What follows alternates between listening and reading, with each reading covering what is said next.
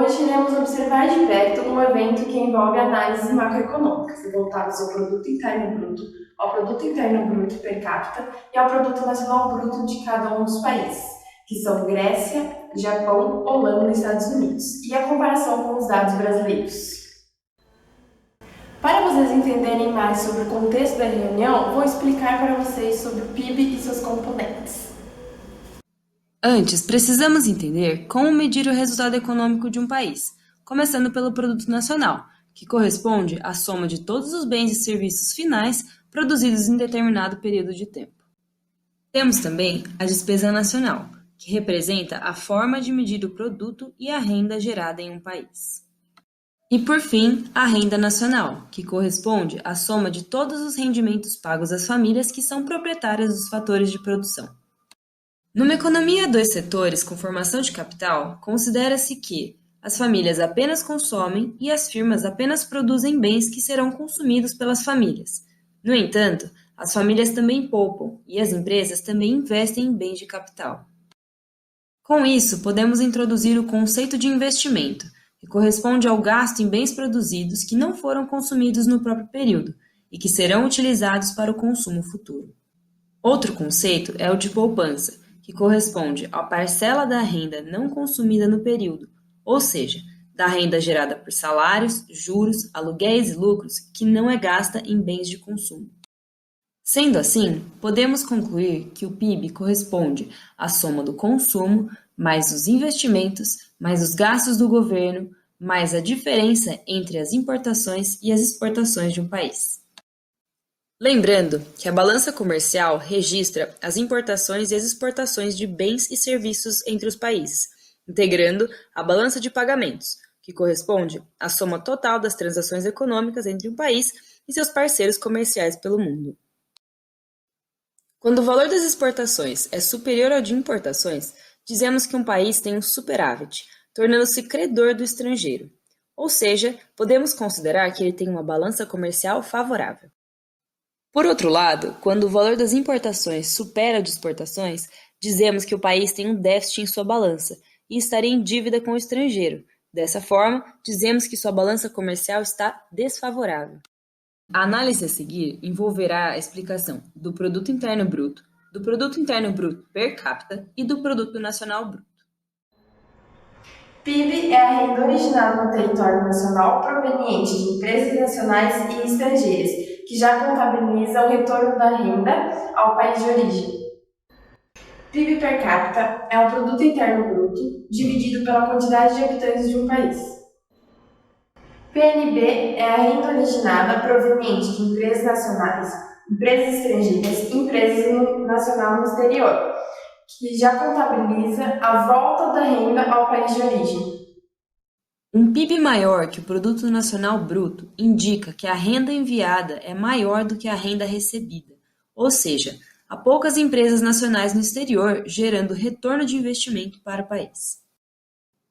Para um PIB menor do que o Produto Nacional Bruto, significa que a renda enviada é menor do que a renda recebida, ou seja, há um maior retorno do investimento proveniente de empresas nacionais presentes no exterior.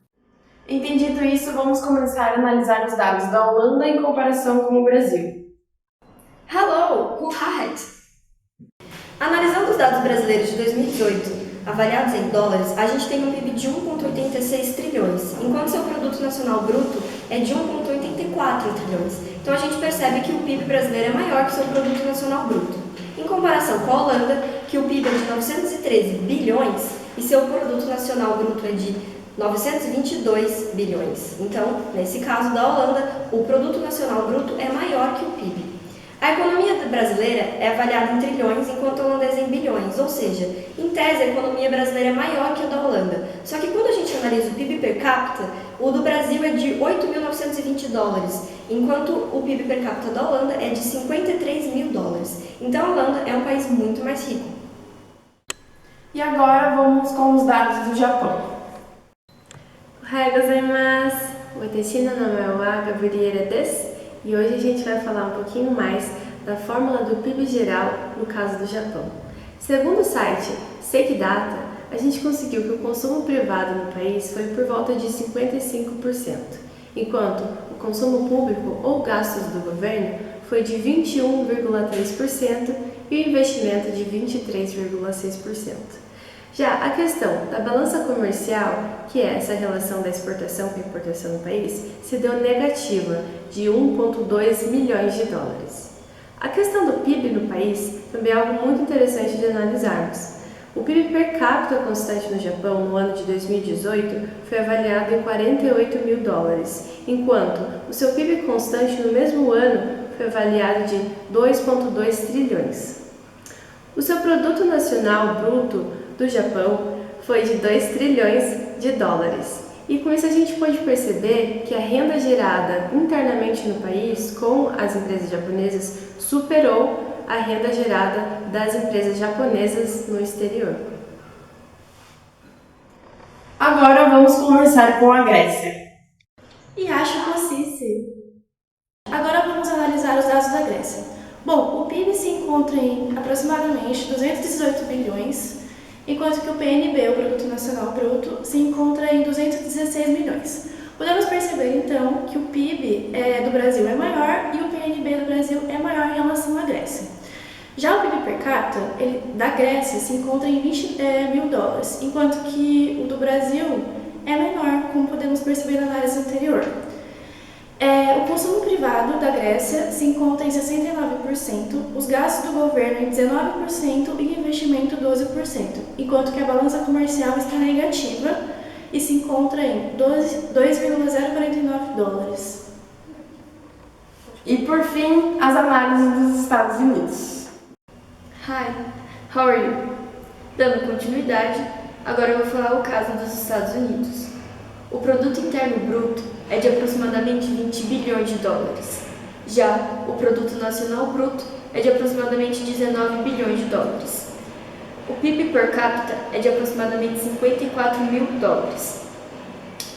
O consumo privado realizado pelo governo é de 67,9%. O consumo público ou gastos do governo é de 14,1%. E enquanto os investimentos foram de 21%. A balança comercial é de aproximadamente menos 73 milhões de dólares. Bom, gente, é isso. Acabou o nosso evento e até a próxima. Bye, bye!